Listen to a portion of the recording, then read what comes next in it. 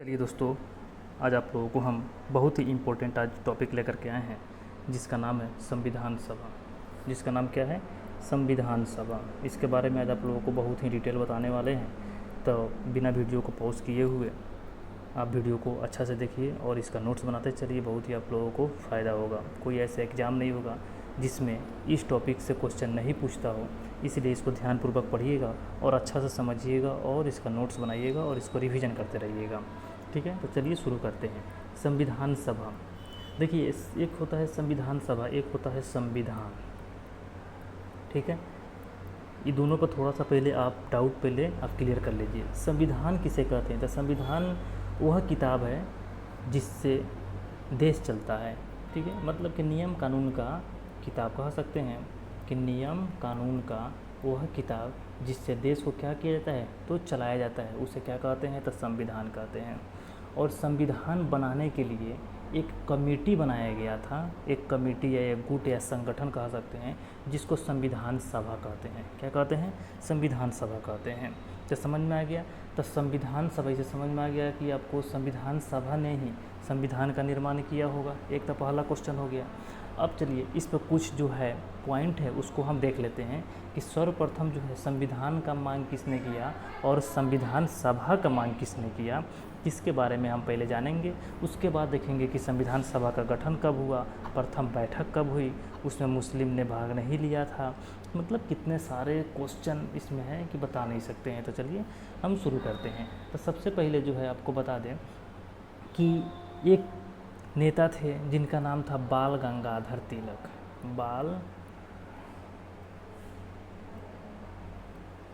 बाल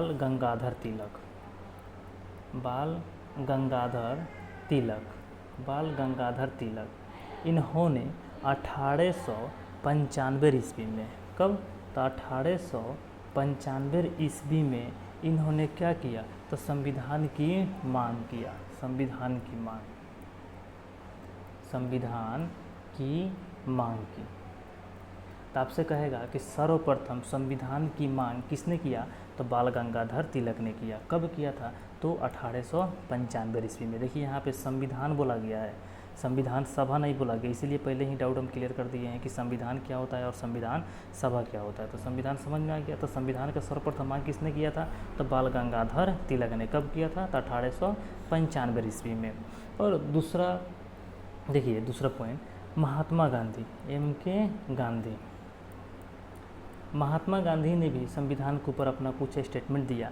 इन्होंने कब? तो 1922 ईस्वी में महात्मा गांधी ने कहा कि भारतीय अपने संविधान का निर्माण अपने इच्छा अनुसार, मतलब भारतीय संविधान का जो है निर्माण कैसे करेंगे? तो इच्छा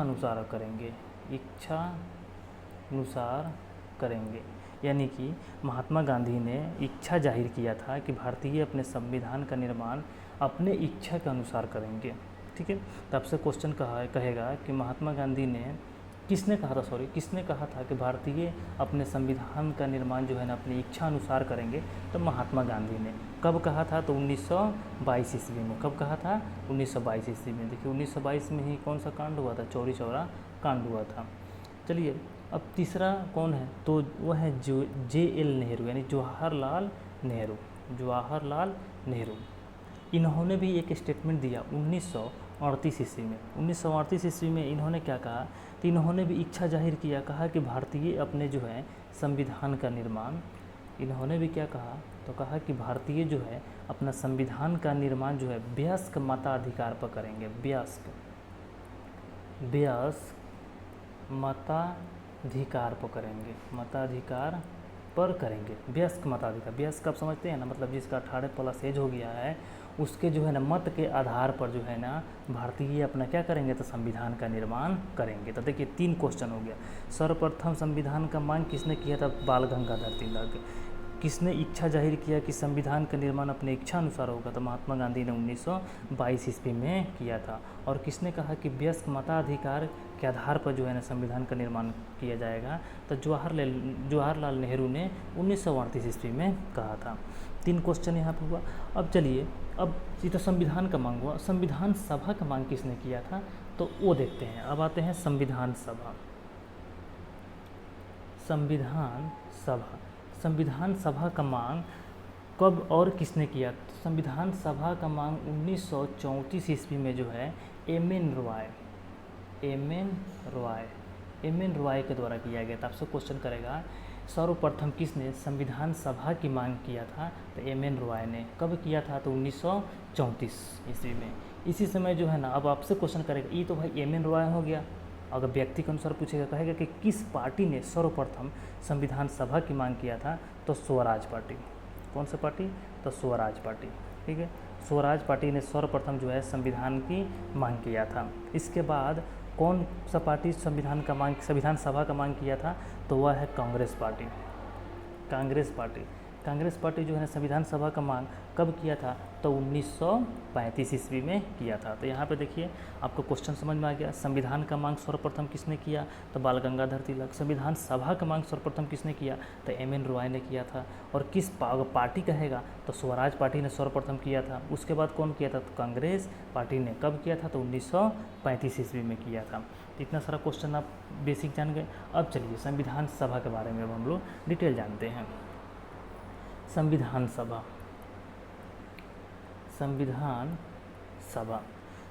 सभा का पहले आते हैं गठन कब हुआ? तो संविधान सभा का गठन कहिए या प्रथम बैठक कहिए, प्रथम बैठक, गठन या प्रथम बैठक संविधान सभा का कब हुआ और कहाँ हुआ? तो ये संविधान सभा का प्रथम बैठक दिल्ली में हुआ था। और इसका गठन कब किया गया था? तो 9 दिसंबर, वहीं गठन चाहे प्रथम बैठक 9 दिसंबर 1946 को। देखिए इसके बारे में आगे भी बताएंगे, लेकिन यहाँ पे बता दिए हैं ताकि आप लोगों को थोड़ा सा कन्फ्यूजन दूर हो जाएगा। पहले संविधान सभा है तो संविधान सभा का गठन कब हुआ, बैठक कब हुआ? तो संविधान सभा का प्रथम बैठक या गठन कब हुआ था? तो 9 दिसंबर 1946 को हुआ था। अब देखिए आगे बढ़ते हैं। देखिए संविधान सभा का स्थापना किसके सिफारिश पर किया गया? संविधान सभा का जो है ना स्थापना जो है ना, संविधान सभा की स्थापना किसके सिफारिश पर किया गया था? तो वह है कैबिनेट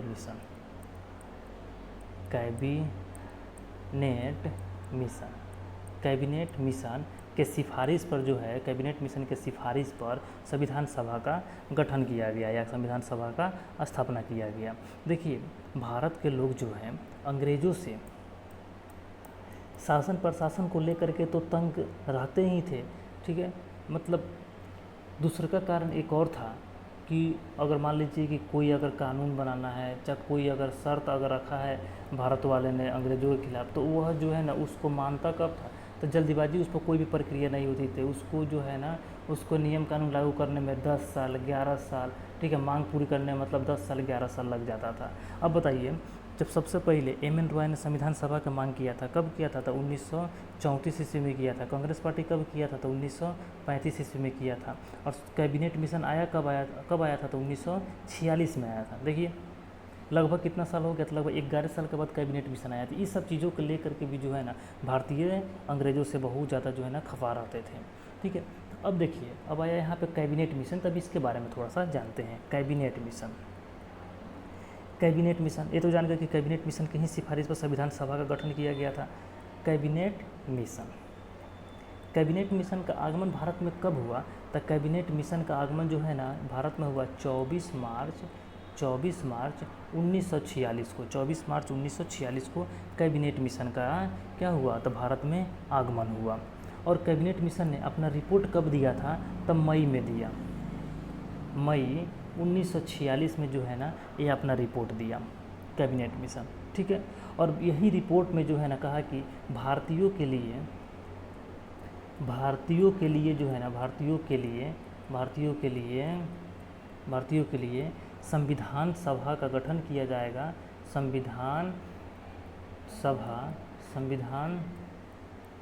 सभा का गठन किया जाएगा और संविधान का निर्माण किया जाएगा।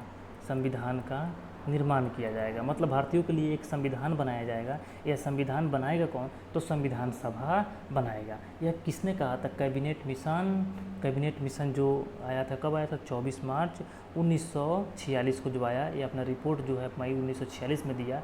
इसी रिपोर्ट में जो है ना कहा कि भारतीयों के लिए संविधान का निर्माण संविधान सभा करेगी। तो समझ में आ गया आपको। अब देखिए कैबिनेट मिशन था। कैबिनेट मिशन के अंदर सदस्य कितने थे? तो कैबिनेट मिशन के अंदर जो है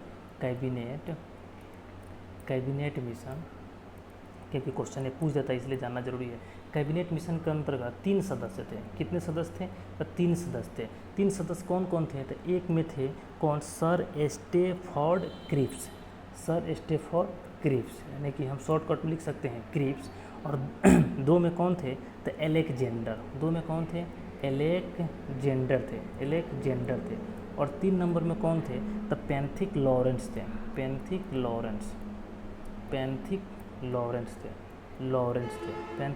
लॉरेंस थे। देखिए पैंथिक लॉरेंस से क्या थे? तो उस समय जो है ना भारत सचिव के पद पर थे। भारत सचिव के पद पर थे। कौन? तो पैंथिक लॉरेंस। ठीक है। और क्रिप्स जो आए थे, ठीक है, सर स्टेफोर्ड क्रिप्स, ये क्या थे? तो वाणिज्य विभाग के क्या थे? प्रधान थे। वाणिज्य विभाग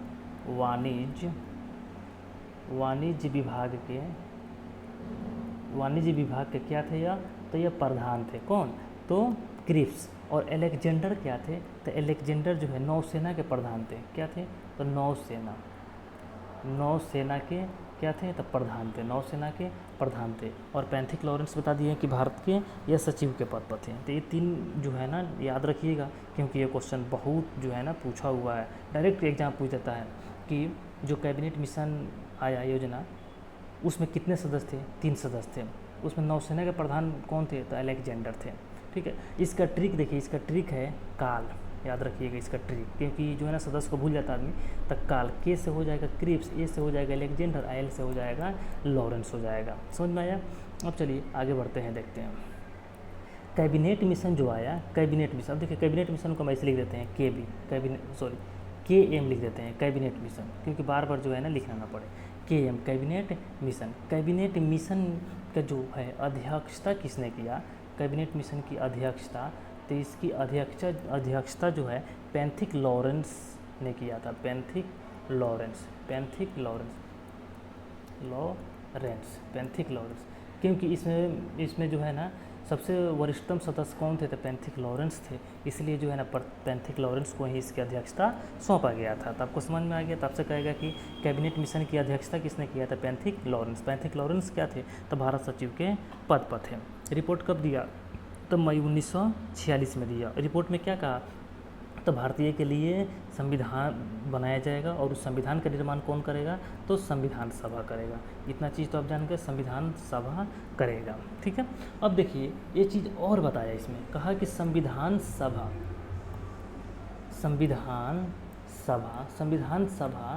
भाई संविधान सभा ये तो संगठन है, तो इसमें तो आदमी तो होगा ही होगा। तो इसमें कहा कि संविधान सभा तो संविधान का निर्माण करेगा, और संविधान सभा में जो सदस्य होंगे उनका चुनाव कैसे होगा? तो उनका चुनाव जो है ना कैसे होगा? तो वो होगा 2 तरह से चुनाव होगा। 2 तरह से चुनाव होगा। कैसे चुनाव होगा? तो 10 लाख की आबादी पर, 10 लाख की आबादी पर जो है ना 10 लाख की आबादी पर एक व्यक्ति को चुना जाएगा। 10 लाख की आबादी पर कितने व्यक्ति को चुना जाएगा? एक व्यक्ति को चुना जाएगा। उस समय लगभग 40 करोड़ के आसपास जनसंख्या थी। 40 करोड़ के आसपास की जनसंख्या थी। संविधान जो है ना, संविधान सभा के सदस्य के रूप में कितने लोगों को मनोनीत किया गया था? तो 389 लोगों को क्या कर दिया गया? मतलब सेलेक्ट किया गया। ठीक है, कि 389 सदस्य रहेंगे किस में? तो संविधान सभा में रहेंगे। अब 389 सदस्य को भाई आप कैसे 389 सदस्य को लाएंगे? मनोनीत करके लाएंगे कि आप उसको जो है ना निर्वाचित करके लाएंगे, वोट द्वारा लाएंगे, कि मतलब कि मनोनीत करके? तो बताया ना कि संविधान सभा में जो सदस्य शामिल हुए वो 2 तरह से, एक निर्वाचित सदस्य शामिल हुए, 2 तरह के शामिल हुए थे। एक निर्वाचित सदस्य, मतलब जिनका जो है ना चुनाव हुआ, कह सकते हैं कि 389 जो सदस्य हैं इसमें जो है ना कुछ लोगों का क्या हुआ? चुनाव हुआ। अब कुछ लोगों को मनोनीत किया गया, मनोनीत किया गया। ठीक है, एक निर्वाचित भी किया गया और मनोनीत भी किया गया था। कह सकते हैं कि संविधान सभा के जो सदस्य हैं उनको आंशिक रूप से निर्वाचित और आंशिक रूप से मनोनीत किया गया है। एक तो नहीं कह सकते केवल निर्वाचित किया गया, केवल मनोनीत किया गया है।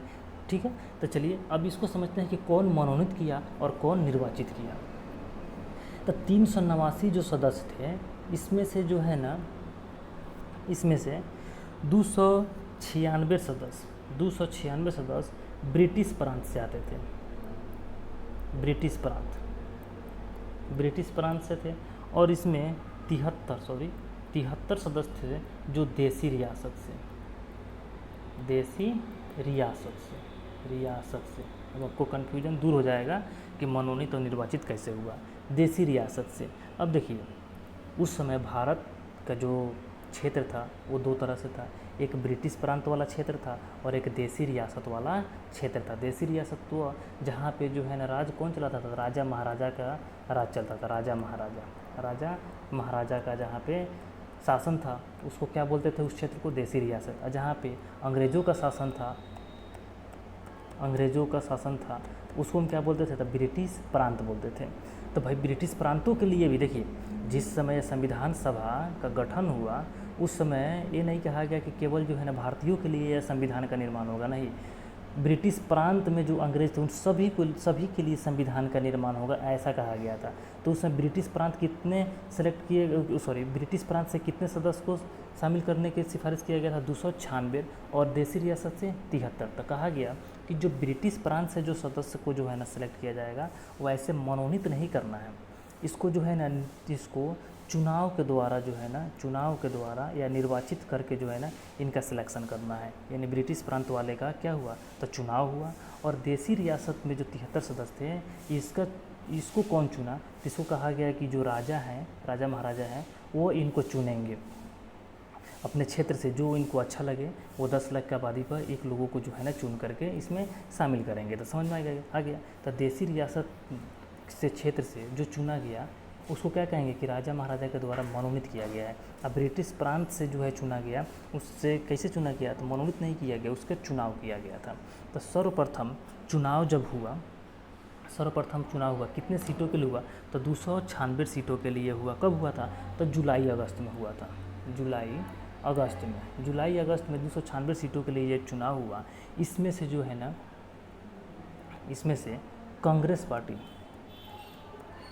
कांग्रेस पार्टी कितनी सीट जीती, तो 208 सीट कांग्रेस पार्टी। और मुस्लिम लीग की कितने सीट मिली, तो 73 सीट। और अन्य पार्टी की कितने सीट मिली, तो 15 सीट मिली। ठीक है, अब देखिए सबसे अधिक सीट किसको मिला, तो कांग्रेस पार्टी को। अब सबसे अधिक कांग्रेस पार्टी को मिला तो मुस्लिम जो है यह डर गया कि भाई संविधान सभा के अंदर सबसे ज़्यादा वर्चस्व बोलबाला किसका रहेगा, तो कांग्रेस पार्टी का रहेगा। अब ये मुस्लिम लीग जो है विरोध करना शुरू कर दिया संविधान सभा का, कहेगा कि हम संविधान सभा को नहीं मानेंगे, संविधान का निर्माण नहीं होगा। मुस्लिम लीग ने क्या कर दिया, तो इसका विरोध कर दिया। अब भाई जितने सदस्य थे अभी सब डर गए। अब क्या होगा भाई, एक तो कैसा हूँ संविधान का निर्माण होने जा रहा था जिससे हमारे देश का आज़ादी भी मिल सकता है। ठीक है, और मुस्लिम लीग ने जो है ना यहाँ पे आंदोलन खड़ा करके रख दिया है। ठीक है, अब इस सब चीज़ों को देखते हुए जो है ना प्रथम बैठक किया गया था कि भाई क्या किया जाए क्या नहीं किया जाए। इसको देखते हुए प्रथम बैठक संविधान सभा का कब किया गया, संविधान सभा का तो आपको बताए हैं प्रथम बैठक कब किया गया था, तो 9 दिसंबर 1946 को इसका प्रथम बैठक किया गया था। किसको देखते हुए, तो यह मुस्लिम लीग जो है इसके जो है ना आंदोलन को देखते हुए ये जो अपना क्या कहते हैं ना संविधान सभा के ऊपर अपना आंदोलन छेड़ दिया कि नहीं हम मानेंगे नहीं, ये संविधान सभा नहीं होना चाहिए, विरोध करना शुरू कर दिया। इसको देखते हुए 9 दिसंबर 1946 को संविधान सभा का बैठक या गठन किया गया, 9 दिसंबर 1946 को। ठीक है, अब इस समय जो है ना कितने सदस्य शामिल हुए थे संविधान सभा के, तो उस समय 211 सदस्य शामिल हुए थे। अब एक बात बताइए, मुस्लिम लीग ने संविधान सभा क्या किया था, तो विरोध किया था। विरोध किया, तो क्या यह प्रथम बैठक में क्या शामिल होगा? नहीं होगा। तो आपसे क्वेश्चन करेगा कि क्या प्रथम संविधान सभा का प्रथम बैठक में मुस्लिम लीग ने भाग लिया था? तो मुस्लिम लीग ने भाग नहीं लिया था। ठीक है। कितने सदस्य भाग लिए थे? तो 211 सदस्य भाग लिए थे। अभी 211 सदस्य में से सबसे वरिष्ठ सदस्य, ठीक है, सबसे वरिष्ठ जो सदस्य थे उनका नाम था सच्चिदानंद सिन्हा। सबसे वरिष्ठ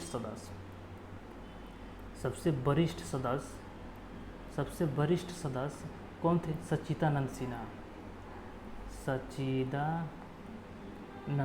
सिन्हा थे, जिनको जो है ना अस्थाई अध्यक्ष बनाया गया। अस्थाई अध्यक्ष बनाया गया। तो समझ में, प्रथम बैठक में कितने सदस्य शामिल हुए थे? 211। मुस्लिम लीग ने इसमें शामिल नहीं हुआ। वरिष्ठ सदस्य सबसे कौन थे? सच्चिदानंद सिन्हा, जिनको क्या बनाया गया? अस्थाई अध्यक्ष बनाया गया था। 2 दिन के बाद 11 दिसंबर 1946 को जो है ना कहा गया कि इसका नेतृत्व, इसका अध्यक्षता डॉक्टर राजेंद्र प्रसाद करेंगे। यानी कि अस्थाई अध्यक्ष किनको चुना गया? तो अस्थाई अध्यक्ष जो है ना डॉक्टर राजेंद्र प्रसाद को बनाया गया था। ठीक है। तब से कहेगा अस्थाई अध्यक्ष किनको बनाया गया था? डॉक्टर राजेंद्र प्रसाद को। और अस्थाई अध्यक्ष किनको बनाया गया था? तो सच्चिदानंद सिन्हा को बनाया गया था। समझाया। अब इसमें कहेगा कि उपाध्यक्ष कितने लोगों को बनाया गया था? उपाध्यक्ष 2 लोगों को बनाया गया था, एक एच.सी. मुखर्जी और एक VT कृष्णामाचारी। एक एच.सी. मुखर्जी, देखिए क्वेश्चन डायरेक्ट पूछता है, इसीलिए इसको याद रखिएगा। एक एच.सी. मुखर्जी और दूसरा VT कृष्णामाचारी। ठीक है। तो अध्यक्ष, अस्थाई अध्यक्ष कौन थे? डॉक्टर राजेंद्र प्रसाद। उपाध्यक्ष एच.सी. मुखर्जी और VT कृष्णामाचारी। ठीक है। और अस्थाई अध्यक्ष बता दिए हैं कि सच्चिदानंद सिन्हा। और सचिव कौन थे? सचिव किनको बनाया गया था? सचिव बनाया गया था HBR अयंगर को क्या बनाया गया था? तो संविधान सभा के सचिव बनाया गया था। और इसमें जो है संवैधानिक सलाहकार किनको बनाया गया था? संवैधानिक सलाहकार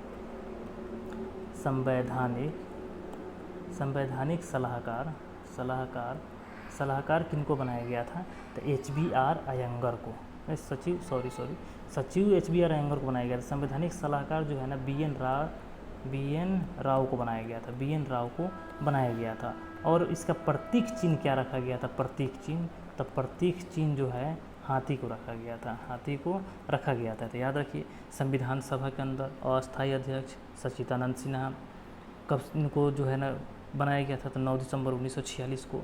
और अस्थाई अध्यक्ष डॉक्टर राजेंद्र प्रसाद को कब बनाया गया था? 11 दिसंबर 1946 को। उपाध्यक्ष किनको बनाया गया था? एच.सी. मुखर्जी और VT कृष्णामाचारी। सचिव किनको बनाया गया था? तो HBR अयंगर को। संवैधानिक सलाहकार किसको बनाया गया था? तो BN राव को। प्रतीक चिन्ह क्या रखा गया था संविधान सभा का? तो हाथी रखा गया था। समझ में आ गया आपको? और चलिए आगे बढ़ते हैं। अब देखिए, पहले संविधान सभा का प्रथम बैठक बता दिए कि 211 सदस्य शामिल हुए थे। यहीं पे थोड़ा सा जो है ना ये भी बता देते हैं कि अंतिम बैठक संविधान सभा, क्योंकि बाद में कहीं मान लेते हैं मिस्टेक हो जाए। अंतिम बैठक संविधान सभा का कब हुआ था? तो वह है 24 जनवरी 1950 को हुआ था। 24 जनवरी 1950 को। उस समय सदस्य कितना भाग लिए थे? तो 284 सदस्य भाग लिए थे। ठीक है, समझ में आ गया। चलिए अब आगे बढ़ते हैं हम लोग। अब देखेंगे कि 11 तारीख को तो है आपको डॉक्टर राजेंद्र प्रसाद को अस्थाई अध्यक्ष बना दिया गया था। 13 दिसंबर 1946 को जवाहरलाल नेहरू ने संविधान सभा के समक्ष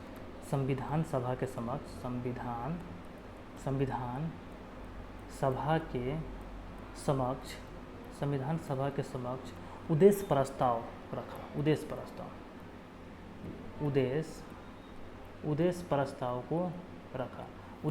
को रखा।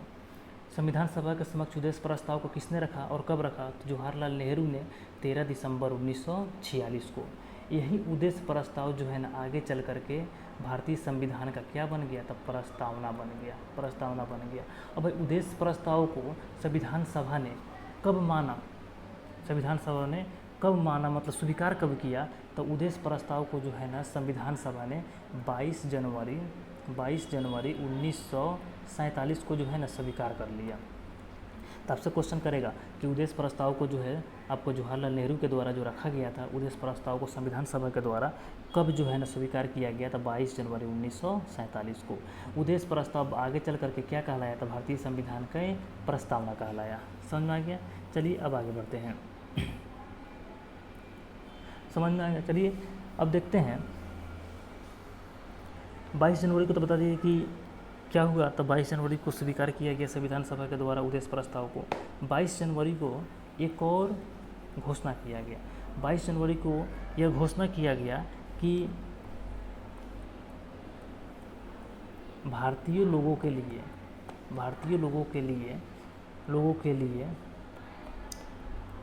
संविधान सभा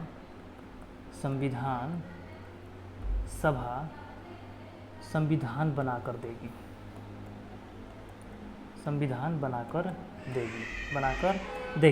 क्योंकि एक समय था, अभी तक ले जो है ना केवल मतलब इधर उधर सोच रहा था लोग कि पता ना संविधान बनेगा कि नहीं बनेगा।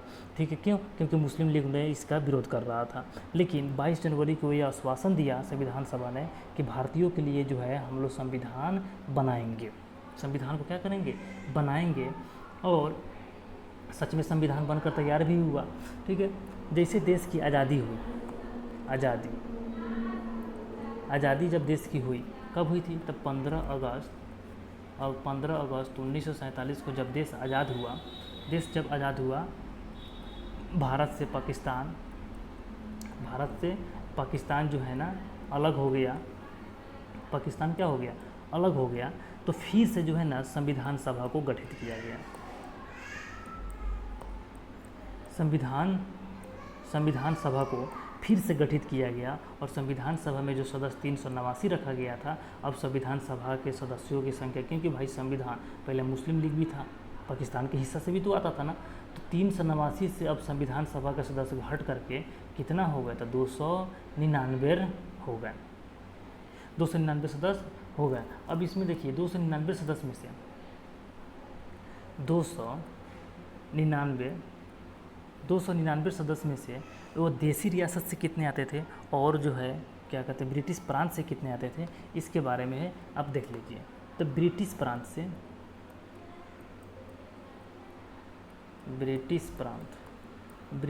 से 229 सदस्य को शामिल किया गया और देसी रियासत से कितने सदस्य को? तो 70 सदस्य को शामिल किया गया। ठीक है, क्यों? क्योंकि उस समय पाकिस्तान अलग हो चुका था। तो 229 सदस्य ब्रिटिश प्रांत से और 70 सदस्य देसी रियासत से शामिल किया गया था। अब देखिए एक चीज़ यहाँ पे बहुत ही इम्पोर्टेंट फैक्ट है, वो फैक्ट जान जाइए कि जब देश की आज़ादी 15 अगस्त 1947 को जब हुआ, उससे पहले संविधान सभा का गठन जो किया गया था, उस समय जो है भीमराव अम्बेडकर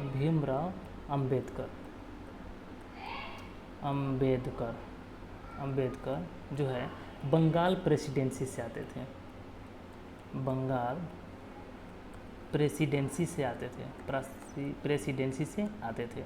भीमराव अम्बेडकर जिस प्रेसिडेंसी से आते थे, वह प्रेसिडेंसी जो है ना किसके अधिकार में चला गया था? पाकिस्तान के हिस्सा में चला गया। क्योंकि जब आज़ाद हुआ तो उस समय पाकिस्तान और जो अभी का बांग्लादेश है, ये दोनों पाकिस्तान ही कहलाता था। ये अब बांग्लादेश पूर्वी पाकिस्तान और वो जो पाकिस्तान अभी का है वह पश्चिमी पाकिस्तान।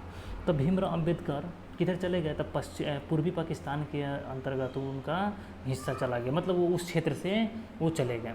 अब यहाँ पे डॉक्टर राजेंद्र प्रसाद के प्रयास से जो है भीमराव अम्बेडकर को बंगाल प्रेसिडेंसी से जो इनको सदस्य बनाया गया था, वहाँ से हटा करके इनको मुंबई प्रेसिडेंसी से इनको सदस्य बना दिया गया, मुंबई प्रेसिडेंसी से। तो आपसे क्वेश्चन ये करेगा कि भीमराव अम्बेडकर आज़ादी से पहले वो संविधान सभा के सदस्य किस प्रेसिडेंसी से बने थे? तो वह बंगाल प्रेसिडेंसी से बने थे। लेकिन आज़ादी के बाद वो किस प्रेसिडेंसी से उनको सदस्य बनाया गया था? तब मुंबई प्रेसिडेंसी से उनको सदस्य बनाया गया था। तो समझ में आया। देश की आज़ादी के बाद संविधान सभा का गठन हुआ और कितने सदस्य थे? तो 299। अब देखिए संविधान को बनाने में कितना समय लगा? संविधान को बनाने में कितना समय लगा, तो दो बनाने में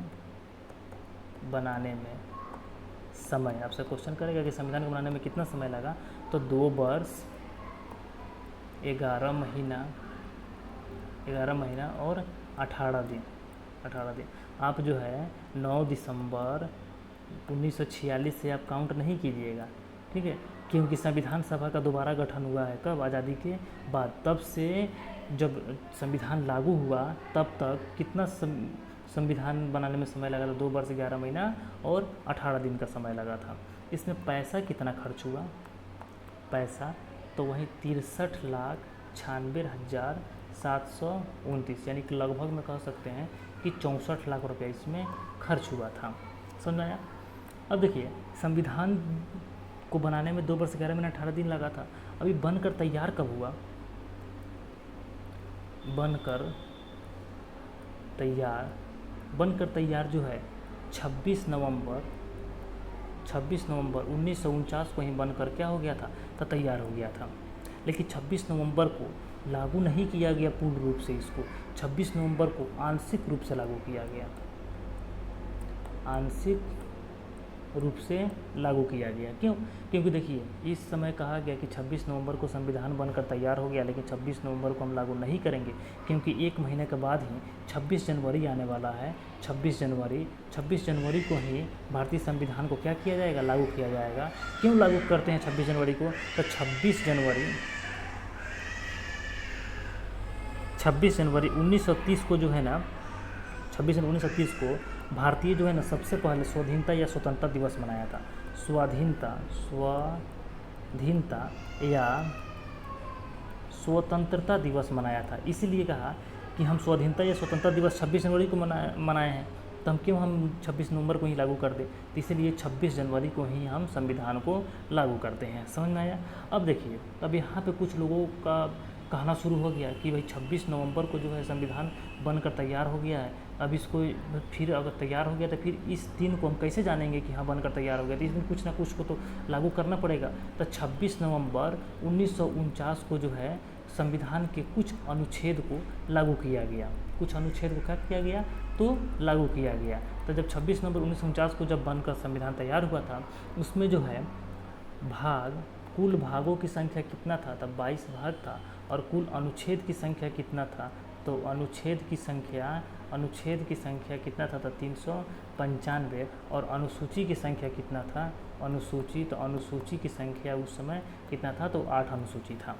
तो 26 नवंबर को कौन कौन सा अनुसूची को लागू किया गया था, अनुच्छेद को, तो 26 नवंबर 1949 को जो है 15 अनुच्छेद को जो है ना लागू कर दिया गया। अब बताइए 395 को अनुच्छेद है, जिसमें से 15 को अनुच्छेद को लागू कर दिए, यानी कि थोड़ा सा लागू किए हम, थोड़ा अनुच्छेद को लागू किए, तो हम कह सकते हैं ना कि 26 नवंबर 1949 को जो है ना संविधान के आंशिक रूप से लागू किया गया था। संविधान को आंशिक रूप से लागू किया गया था। कह सकते हैं कि नहीं कह सकते हैं कि आंशिक रूप से लागू किया गया था। एक क्वेश्चन पूछा हुआ है कि संविधान को आंशिक रूप से कब लागू किया गया, तो कब, तो 26 नवंबर 1949 को। और पूर्ण रूप से जब कहेगा पूर्ण रूप से संविधान को कब लागू किया गया, तो 26 जनवरी 1950 को लागू किया गया। अब देखिए वो 15 अनुच्छेद जो है, क्योंकि क्वेश्चन पूछता है निम्नलिखित में से कौन सा अनुच्छेद 26 नवंबर 1949 को लागू हो गया था, तो वह है अनुच्छेद 15 अनुच्छेद कौन कौन से है, तो अनुच्छेद कौन है, तो एक है 5, 6, 7, 8, 9, 60, 324, 367, 379, 380, उसके बाद 388, और उसके बाद 391, 392, 393 और 394। ठीक है, यहाँ तो लगातार देखिए 5, 6, 7, 8, 9 हो गया, 60, 324, 367 ये हो गया, और 79, 80 एक हो गया, 88 और 91। देखिए यहाँ से 91 से लेकर के 94 तक लगातार, ये 1-2 बार पढ़िएगा तब को याद हो जाएगा। ठीक है, अब देखिए इतना तो अनुच्छेद लागू हो गया कब, 26 नवंबर 1949 को। एक क्वेश्चन लेकिन यहाँ पे पूछ देता है कि नागरिकता संबंधी कानून को कब लागू किया गया, नागरिकता संबंधी। तो देखिए भारतीय संविधान के अंदर 22 भाग है, आपको पता है, 22 भाग है, जिसमें भाग नंबर दो जो है नागरिकता से संबंधित है। किससे संबंधित है? नागरिकता से संबंधित है। किससे संबंधित है? नागरिकता से। और भाग 2 में जो है अनुच्छेद कहाँ से कहाँ तक आता है? तो अनुच्छेद जो है ना 5 से 11 तक आता है। अब बताइए 5 से 11 तक आता है किस में? तो भाग 2 में नागरिकता संबंधी कानून है। अब 26 नवंबर को लागू हम कौन कौन सा अनुच्छेद किए हैं? तो 5, 6, 7, 8, 9 किए हैं कि नहीं किए हैं? तो कह सकते हैं कि नहीं कि 26 नवंबर को ही नागरिकता संबंधी कानून को हम क्या कर दिए थे? लागू कर दिए थे। नागरिकता संबंधी प्रावधान कही चाहे कानून की बात हो तो वही ना है, ठीक है। तो नागरिकता संबंधी प्रावधान को कब लागू किया गया था? तो 26 नवंबर 1949 को ही लागू कर दिया गया था। समझ में आया दोस्तों? चलिए अब आगे बढ़ते हैं, आगे देखते हैं इससे संबंधित और क्वेश्चन। अब देखिए संविधान सभा ने एक क्वेश्चन आपसे क्वेश्चन करेगा कि संविधान सभा ने तिरंगा को कब अपनाया? तिरंगा झंडा को कब अपनाया गया? इसको लास्ट में बताने वाले थे, लेकिन ये संविधान लागू होने से पहले ही इसको जो है तिरंगा को अपना लिया गया था, इसलिए पहले ही बता देते हैं। तो तिरंगा को कब अपनाया गया? तो 22 जुलाई 1947 को 22 जुलाई 1947 को क्या किया गया? तिरंगा को अपनाया गया। तिरंगा को अपनाया गया। अब आपसे कहेगा कि तिरंगा का डिज़ाइन किसने किया? डिज़ाइन किसने तैयार किया? डिज़ाइन तिरंगा का डिज़ाइन तैयार किसने किया? तो पिंगली बेंकिया,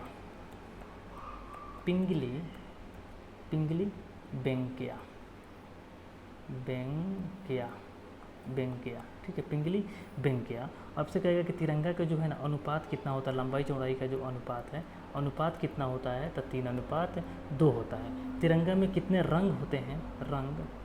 रंग कितने हैं? तो 3 रंग है। कौन कौन रंग है? तो केसरिया, सफ़ेद और हरा। तिल्ली देखा, इसमें तिल्ली कितने हैं? तिल्ली कितने हैं? तो तिल्ली कितने हैं? तो 24 तिल्ली हैं। चक्र जिसको कह सकते हैं, तिल्ली कितने हैं? 24। चक्र में कौन सा रंग होता है? तो नीला रंग। अगर ओवरऑल का है कि पूरे जो तिरंगा का रंग है कितने हैं? तो 4 रंग है। चक्र के अंदर कौन सा रंग? तो नीला रंग होता है, ठीक है। और तिरंगा के जो है ऊपर वाला कौन सा रंग का होता है? तो केसरिया, बीच में सफ़ेद और नीचे वाला, ठीक है, तो होता है हरा होता है, ठीक है। अब देखिए दोस्तों, संविधान सभा ने ही राष्ट्रमंडल की सदस्य की स्वीकृति प्रदान की, सदस्यता ग्रहण की, ठीक है। राष्ट्रमंडल की भी सदस्यता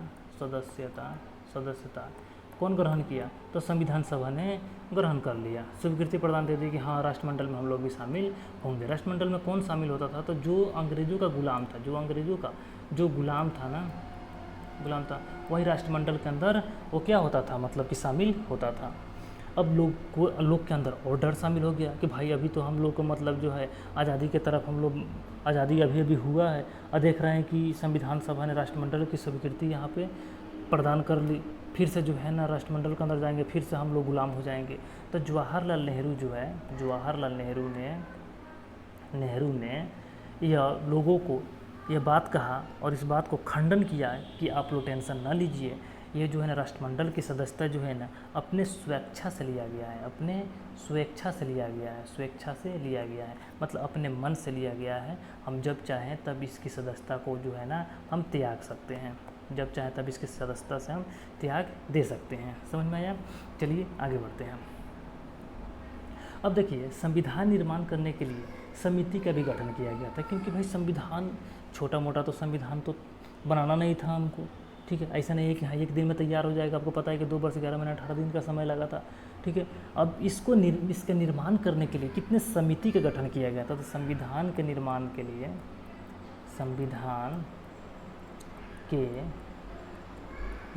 के लिए कितने समिति का गठन किया गया था? तो कितने समिति का गठन किया गया था? तो देखिए 21 समिति था। कितना समिति? 21 समिति का गठन किया गया था, जिसमें 8 बड़े समिति और 13 छोटे समिति थे, ठीक है। अब देखिए छोटी समिति, बड़ी समिति, इसके लिए एक अलग से वीडियो बना देंगे, क्योंकि इसमें अगर करेंगे तो बहुत लंबा वीडियो हो जाएगा, तो कोशिश कर रहे हैं कि जितना छोटा वीडियो बने और सारा चीज़ इकट्ठा हो जाए उतना ही सही रहेगा। क्योंकि बड़ा फिर अब इसमें बड़ा समिति बताएंगे, फिर उसका अध्यक्षता किसने किया उसके बारे में बताएंगे, तो बहुत लंबा चौड़ा ये वीडियो हो जाएगा। चलिए इतना जान गए कि कितने समिति भाग लिया था, तो 21 समिति। बड़ा समिति कितना था, तो 8। तो छोटी समिति 13 समिति था। देखिए सबसे इम्पोर्टेंट जो है ना इसमें बड़ा समिति ही है, उसका ही अध्यक्षता का नाम याद रखना है कि कौन सी समिति का अध्यक्ष कौन थे। ठीक है, चलिए आगे देखते हैं। संविधान निर्माण करने के लिए ऐसा नहीं है कि संविधान सभा ने बैठा और बैठ करके आपस में ही विचार विमर्श करके संविधान को लिख दिया, तो नहीं। संविधान को लिखने के लिए 60 देशों के संविधान को पढ़ा गया था। कितने देशों के संविधान को पढ़ा गया था, तो 60 देशों के संविधान को पढ़ा गया था। और इस 60 देशों के संविधान को पढ़ करके 114 दिन विचार विमर्श हुआ। इस पर विचार विमर्श हुआ, 114 दिन विचार विमर्श होगा कि कौन से देश के संविधान से कौन से प्रावधान को शामिल किया जाए। मतलब जो प्रावधान जिस देश के संविधान में अच्छा लगा उस प्रावधान के ऊपर विचार विमर्श हुआ, और विचार विमर्श करके जो है ना भारतीय संविधान में उसको शामिल किया गया। जैसे मौलिक अधिकार, आपको बता दें कि मौलिक अधिकार ऐसा नहीं है कि देखिए कि हम जैसे अमेरिका के संविधान को पढ़े और मौलिक अधिकार उसमें देखें कि मौलिक अधिकार की चर्चा है, उसको ला करके जो है ना भारतीय संविधान में शामिल कर दिए। ऐसा नहीं है, उस पर पहले विचार विमर्श होता था, उसके जो है ना पॉजिटिव और निगेटिव दोनों देख लिया जाता था कि इसके आगे चल करके क्या फ़ायदा होगा, क्या नुकसान है, सब देख करके उसके बाद ही जो है ना इसको शामिल किया जाता था। तो ऐसे आपको अभी बताएं कि 114 दिन विचार विमर्श करने में समय लगा था। जैसे मौलिक अधिकार जो है ये संविधान में किस देश से लिया गया है, तो अमेरिका के संविधान से लिया गया, अमेरिका के संविधान से लिया गया है। जैसे कि मौलिक कर्तव्य ये किस देश के संविधान से लिया गया है, तो लिया गया है रूस के संविधान से लिया गया है। देखिए किस देश से कौन सा स्रोत लिया गया, इसके ऊपर भी वीडियो बन चुका है, आप जा करके जो है ना इसी चैनल पर उपलब्ध है, आप जा करके वहाँ से आप देख सकते हैं। तो समझ में आया कितने देशों के संविधान को पढ़ करके और कितने विचार विमर्श, 60 देशों के संविधान को पढ़ा गया और 114 दिन विचार विमर्श हुआ। अब देखिए संविधान तो भाई बनकर तैयार हो गया। अब संविधान जब बन करके तैयार हुआ तो इसे सुरक्षित भी तो रखेंगे, तो इसका जो मूल प्रति को सुरक्षित कहाँ रखा गया है, तो हीलियम गैस में रखा गया है। कहाँ रखा गया है, हीलियम गैस में रखा गया है। हीलियम, जिसका संकेत क्या होता है, हीलियम। इसका He होता है संकेत, इसका परमाणु संख्या कितना होता है, तो 2 होता है। एक क्या है, तो एक अक्रिय गैस है। ठीक है, तो हीलियम गैस में जो है ना संविधान के मूल प्रति को सुरक्षित रखा गया है। संविधान सभा के ऊपर कितने बैठक हुई थी, तो संविधान सभा में कुल कितने बैठक हुई थी, तो 11 बैठक हुई थी। कितने बैठक हुई थी, 11 बैठक हुई थी। कुछ अन्य स्रोत में जो है ना बताता है कि 12 बैठक हुई थी, याद रखिएगा। ठीक है, अगर 11 पसंद नहीं रहे तो 12 आप मार सकते हैं। अब देखिए महात्मा गांधी को श्रद्धांजलि अर्पित किया गया कौन से बैठक में, संविधान सभा के, तो संविधान सभा के 7वीं बैठक में। संविधान सभा के 7वीं बैठक में जो है ना श्रद्धांजलि अर्पित किया गया महात्मा गांधी की। तब से क्वेश्चन करता है कि संविधान सभा के कौन से बैठक में जो है महात्मा गांधी के श्रद्धांजलि अर्पित किया गया, तो 7वीं बैठक में। कौन सी बैठक में, 7वीं बैठक में। कितने बैठक हुई थी, 11। कुछ अन्य स्रोत में क्या बताता है, तो 12 बताता है। अब देखिए ये संविधान जो है ना, संविधान को अंग्रेजी में किसने लिखा, लिखने का काम अंग्रेजी में संविधान की मूल कॉपी यानी पांडुलिपि में किसने लिखा, अंग्रेजी में इस संविधान को लेखन कौन किया, लेखन। ठीक है, तो प्रेम बिहारी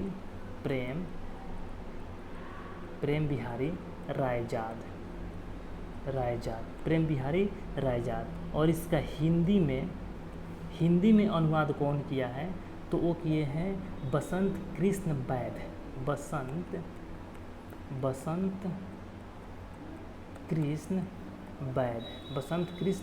वैद। ठीक है, संविधान का मुख्य प्रारूप किसने तैयार किया, ठीक है, संविधान का मुख्य प्रारूप किसने तैयार किया, तो वह है एलेन मुखर्जी। देखिए ये याद रखिएगा क्योंकि डायरेक्टर क्वेश्चन पूछ देता है कि अंग्रेजी में लेखन किसने किया था, प्रेम बिहारी रायजादा, और हिंदी में इसका अनुवाद किसने किया है तो बसंत कृष्ण बैल, और मुख्य प्रारूप तो एल एन मुखर्जी। देखिए संविधान जो लिखा गया वो अंग्रेजी में ही लिखा गया है, ठीक है। किस में लिखा गया है तो अंग्रेजी में ही लिखा गया, उसका हिंदी अनुवाद बाद में किया गया, किसके द्वारा था, बसंत कृष्ण बैल के द्वारा किया गया। अब देखिए जब संविधान जब लागू हुआ, कब लागू हुआ था तो 26 नवंबर को, आंशिक रूप से 26 जनवरी को क्या हुआ था तो आपको पूर्ण रूप से लागू हो गया था। संविधान सभा का अंतिम बैठक, संविधान सभा का अंतिम बैठक संविधान सभा का कब हुआ था तो 24 जनवरी 1950 को हुआ। इसमें कितने सदस्य भाग लिए थे तो 284 सदस्य भाग लिए थे, क्योंकि 299 सदस्य थे तो ये इतना कम क्यों हो गया, तो जो कम है वो सब क्या हो गए थे, उनकी मृत्यु हो गई थी, इसलिए कम हो गया था। अब देखिए 284 सदस्य भाग लिए थे कब, 24 जनवरी 1950 के संविधान सभा के अंतिम बैठक में। इतने लोगों का जो है ना उस पर हस्ताक्षर है, यानी कि सिग्नेचर है, ठीक है, सिग्नेचर है, हस्ताक्षर कितने लोगों का है तो 284 लोगों का है। अब इसमें क्वेश्चन करता है कि संविधान पर हस्ताक्षर करने वाली संविधान पर हस्ताक्षर करने वाली जो है प्रथम महिला कौन है, प्रथम महिला हस्ताक्षर करने वाली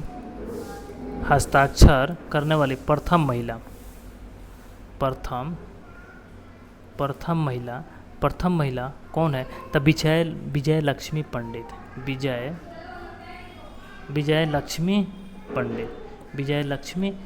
है। चलिए दोस्तों फिर आगे देखते हैं। देखिए एक चीज़ और जान जाइए कि संविधान के ऊपर कितने वाचन हुए थे, तो संविधान के ऊपर जो है 3 वाचन हुए थे। वाचन अगर आपसे पूछेगा कि संविधान के ऊपर कितने वाचन हुए थे तो 3 वाचन हुए थे।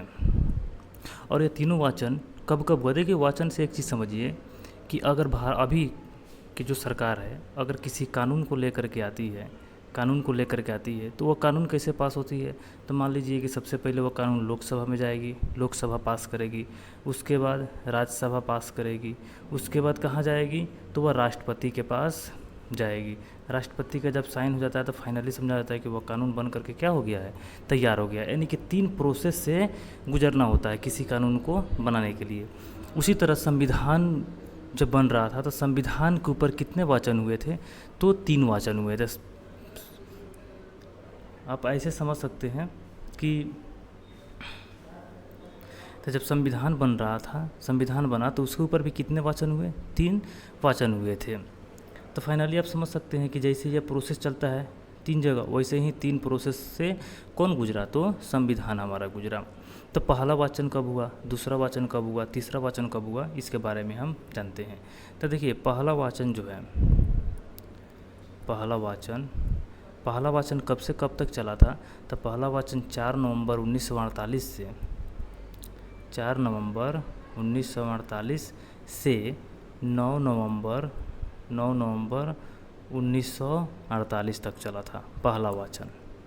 आपसे डायरेक्ट क्वेश्चन पूछ देगा कि संविधान के ऊपर जो पहला वाचन चला था वो कब से कब तक चला था, तो 4 नवंबर से 9 नवंबर 1948 तक चला था। द्वितीय वाचन कब से कब तक चला था, द्वितीय वाचन का जो टाइम है वह है 15 नवंबर 1948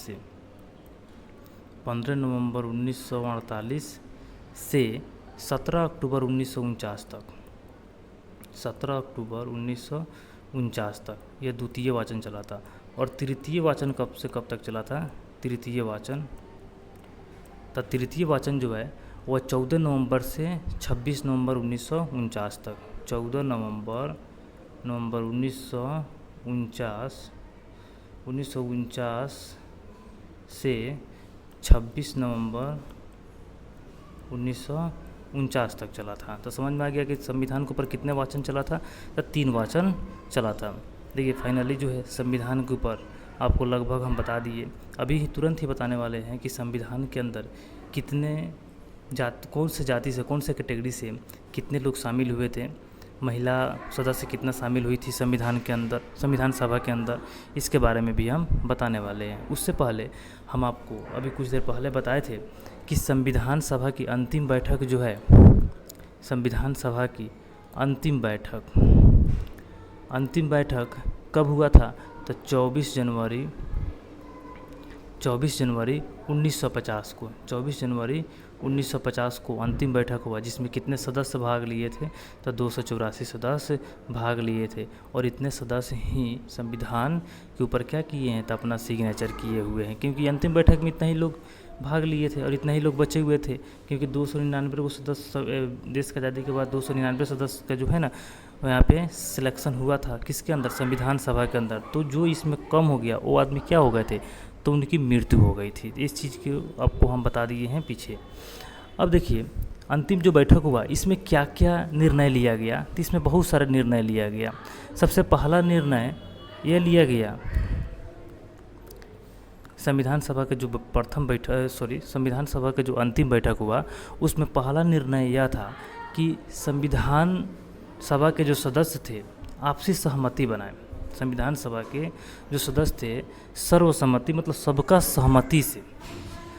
सहमति से जो है डॉक्टर राजेंद्र प्रसाद को क्या बना दिया? तो भारत का प्रथम राष्ट्रपति मनोनीत कर दिया, राष्ट्रपति बना दिया। यानी कि पहला निर्णय क्या था? तो जितने भी संविधान सभा के सदस्य थे उन लोगों ने आपसी सहमति बनाया और कहा कि प्रथम राष्ट्रपति जो मनोनीत रूप से होंगे, क्योंकि उसमें चुनाव थोड़ा ना हुआ था कि निर्वाचित करेंगे, मनोनीत हुए थे। यह संविधान सभा के द्वारा ये मनोनीत किए गए थे डॉक्टर राजेंद्र प्रसाद। ठीक है, तो पहला राष्ट्रपति किनको बनाया जाएगा? तो डॉक्टर राजेंद्र प्रसाद को बनाया जाएगा। ऐसा संविधान सभा की अंतिम बैठक में पहला निर्णय लिया गया। और डॉक्टर राजेंद्र प्रसाद को जो राष्ट्रपति बनाया गया था, यह शासन कब से कब तक चला था? यानी कि मनोनीत, ये तो मनोनीत थे, याद रखिएगा, मनोनीत ये राष्ट्रपति बने हुए थे। तो इनका शासन मनोनीत के रूप में कब से कब तक चला था? तो 1950 से 1952 तक यह इनका कार्यकाल चला था, 2 वर्षों तक लगभग चला था। पहली बार जो है राष्ट्रपति का चुनाव, पहली बार राष्ट्रपति का चुनाव कब हुआ था?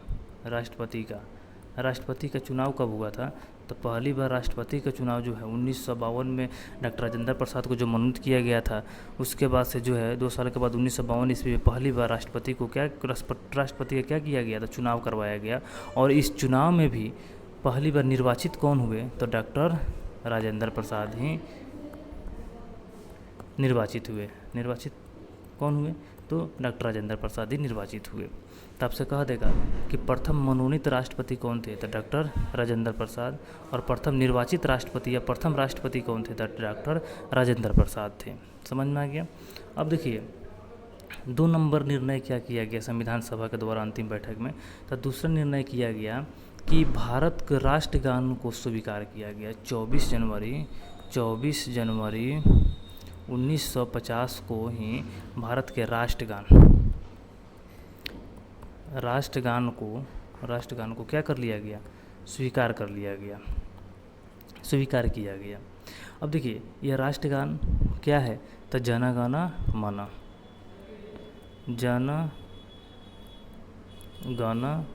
मन, ये क्या है?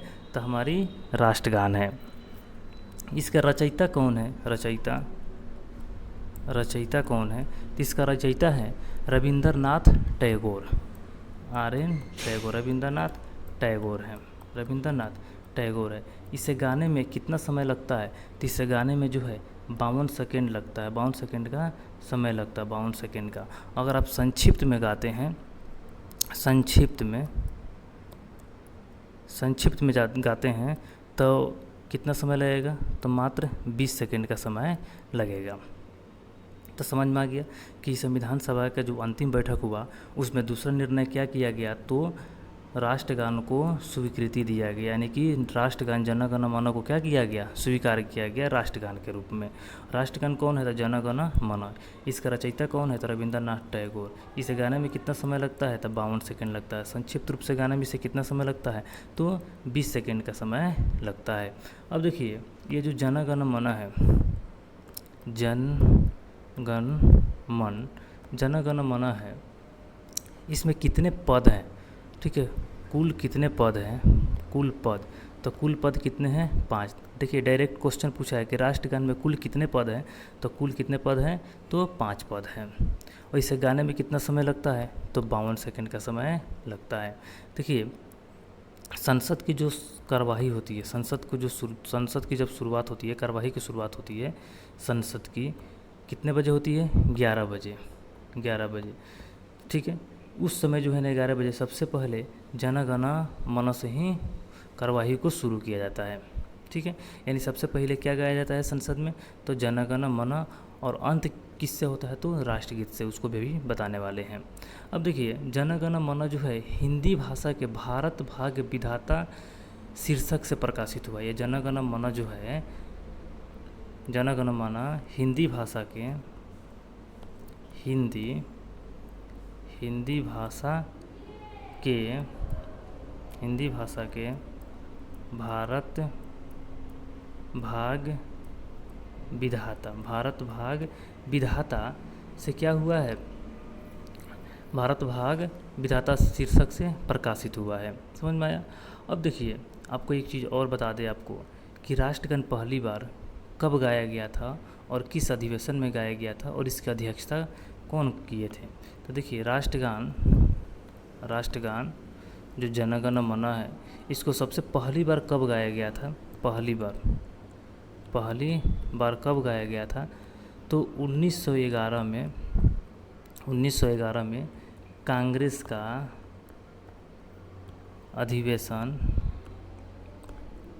अधिवेशन कोलकाता में हुआ था। इसी अधिवेशन में पहली बार क्या गाया गया? तो राष्ट्रगान को गाया गया था।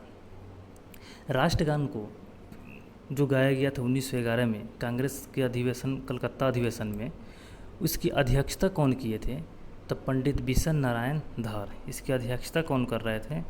अध्यक्षता आपसे क्वेश्चन कर देगा कि पहली बार जब जन गण मन को जब कांग्रेस के कलकत्ता अधिवेशन में गाया गया था, उस अधिवेशन की अध्यक्षता कौन कर रहे थे?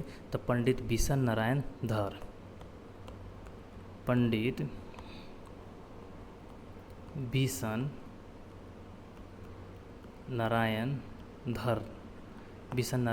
धर के द्वारा। तो समझ में आ गया राष्ट्रगान को कब अपनाया गया, राष्ट्रगान को गाने में कितना समय लगता है। संसद की जब कार्यवाही की जब शुरुआत होती है 11 बजे, तो सबसे पहले क्या गाया जाता है? तो राष्ट्रगान जन गण मन ही गाया जाता है। राष्ट्रगान को जो है हिंदी भाषा के भारत भाग विधाता शीर्षक से प्रकाशित किया गया है। राष्ट्रगान को पहली बार कब गाया गया था? तो कांग्रेस के कलकत्ता अधिवेशन में गाया गया था। इस अधिवेशन की अध्यक्षता कौन कर रहे थे? तो पंडित बिशन नारायण धर के द्वारा इसकी अध्यक्षता की जा रही थी। अब देखिए तीसरा निर्णय क्या लिया गया? तो संविधान सभा ने 24 जनवरी 1950 को एक और निर्णय लिया। कहा कि भारत के राष्ट्रगीत के रूप में, भारत का राष्ट्रगीत के रूप में वंदे मातरम को स्वीकार किया। वंदे मातरम को क्या किया? अपनाया। यानी कि 24 जनवरी के जो अंतिम बैठक हुआ था संविधान सभा का, इसमें तीसरे का निर्णय किया था कि भारत के राष्ट्रगीत के रूप में कौन रहेगा? तो वंदे मातरम रहेगा। संसद की जो कार्यवाही होती है, ठीक है, वो शुरू किया जाता है जन गण से शुरू किया जाता है, जन गण मन से शुरू किया जाता है कार्यवाही। और अंतिम जब होती है, यानी कि संसद के अंतिम जब समय चल रहती है, उस समय जो है ना वंदे मातरम को गाया जाता है। वंदे मातरम यानी अंतिम टाइम में जब पूरा फाइनली जो है, जब ख़त्म संसद को जब समाप्ति होने का समय रहता है, उस समय क्या गाया जाता है? तो वंदे मातरम को गाया जाता है। अब देखिए राष्ट्रगीत को गाने में कितना समय लगता है, कितना लगता है? तो इसको गाने में जो है 65 सेकेंड का समय लगता है। कितने सेकंड का समय लगता है? तो 65 सेकंड का समय लगता है। अब आपसे क्वेश्चन करेगा कि राष्ट्रगीत वंदे मातरम का रचयिता कौन है? तो राष्ट्रगीत वंदे मातरम का रचयिता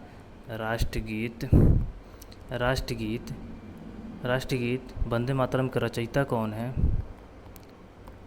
कौन है? तो बंकिम चंद्र चटर्जी, बंकिम चंद्र चटर्जी, बंकिम चंद्र चटर्जी है। ठीक है, यानी कि राष्ट्रगीत के रचयिता कौन है? तो बंकिम चंद्र चटर्जी है। यह गीत जो है ना कौन से ग्रंथ से लिया गया है? तो आनंद मठ ग्रंथ से कौन? तो वंदे मातरम को लिया गया है। वंदे मातरम यानी कि राष्ट्रगीत को लिया गया है। किससे? तो आनंद मठ से लिया गया है। अब देखिए सबसे पहले राष्ट्रगीत को कब गाया गया था और किस कांग्रेस के किस अधिवेशन में गाया गया था और वो उस अधिवेशन की अध्यक्षता कौन कर रहे थे? तो देखिए राष्ट्रगीत को सर्वप्रथम कब गाया गया था? तो वह है कांग्रेस के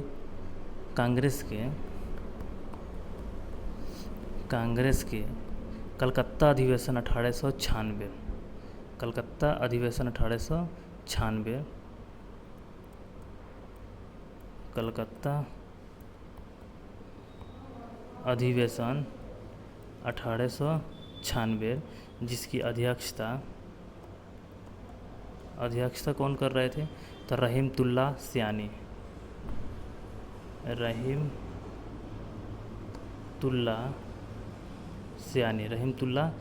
कर रहे थे। इसी अधिवेशन में जो है पहली बार राष्ट्रगीत को गाया गया था, वंदे मातरम गाया गया था। तो 3 निर्णय हो गया। चलिए कुछ और आप जान जाइए इससे संबंधित, संविधान सभा से संबंधित। संविधान सभा ने ये भी निर्णय किया कि जो राजकीय चिन्ह है वो सारनाथ में स्थित राजकीय चिन्ह भारत के जो राजकीय चिन्ह वो किसको बनाया जाए? तो सारनाथ में स्थित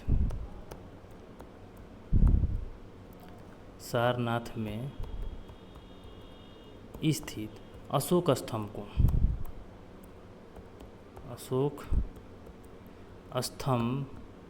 को बनाया जाए। और इसे स्वीकार कब कर लिया गया?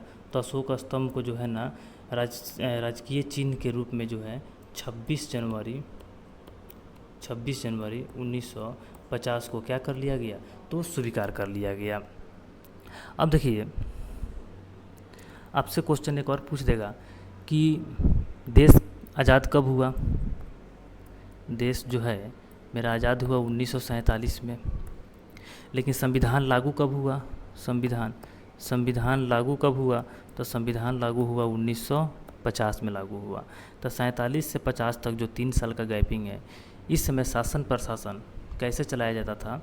तो शासन प्रशासन जो है संविधान सभा ने भारत शासन अधिनियम संविधान सभा ने भारत शासन अधिनियम 1935 के तहत चलाया। ठीक है, तो आपसे क्वेश्चन करेगा 47 से 50 तक, इस बीच में जो है 50 में संविधान लागू हुआ, तो इस बीच में जो है 47 से 50 तक भारत का शासन प्रशासन कैसे चलाया गया? तो संविधान सभा के द्वारा भारत शासन अधिनियम 1935 के द्वारा चलाया गया था। समझ में आ गया दोस्तों? चलिए अब आगे बढ़ते हैं।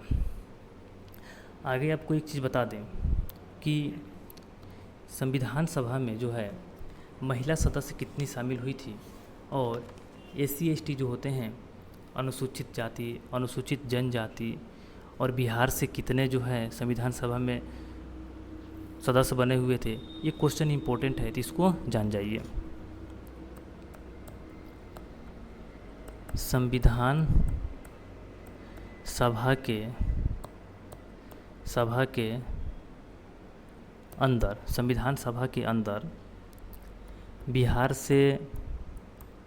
से 36 सदस्य को शामिल किया गया था। कितने सदस्य को शामिल किया गया था? तो 36 सदस्य को शामिल किया गया था। क्वेश्चन डायरेक्ट पूछा हुआ है कि संविधान सभा के अंदर बिहार से कितने सदस्य को शामिल किया गया? तो 36 सदस्य को शामिल किया गया था। और संविधान सभा के अंदर कुल कितने महिला को शामिल किया गया था? बिहार में नहीं कह रहे हैं, ऐसे ओवरऑल कर रहे हैं। कुल महिला कितने शामिल हुई थी? तो कुल महिला जो है ना 15 शामिल हुई थी, जिसमें से एक महिला केवल बिहार से सदस्य बनी थी संविधान सभा के अंदर। वो एक महिला कौन थी, क्योंकि एक महिला है तो ये बहुत ही इम्पोर्टेंट हो जाता है। तो एक महिला थी सरोजनी नायडू।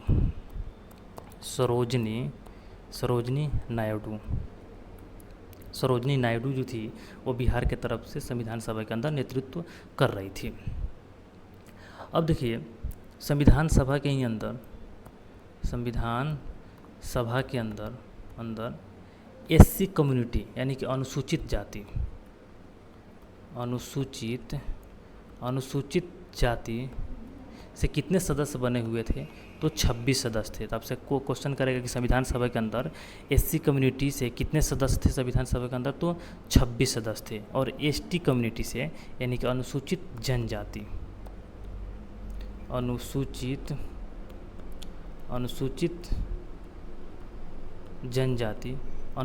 जनजाति से कितने सदस्य बनाया गया था, तो 33 सदस्य बनाया गया था। याद रहेगा आपको। तो 15 महिला और एससी से 26 और एसटी से 33, यह इम्पोर्टेंट है इसलिए जो है ना इसको बता दिया गया है। अब दोस्तों एक चीज़ और याद रखिएगा कि हम बताए थे कि समिति जो है ना, बड़ा समिति कितना है, तो बड़ा समिति 8 है।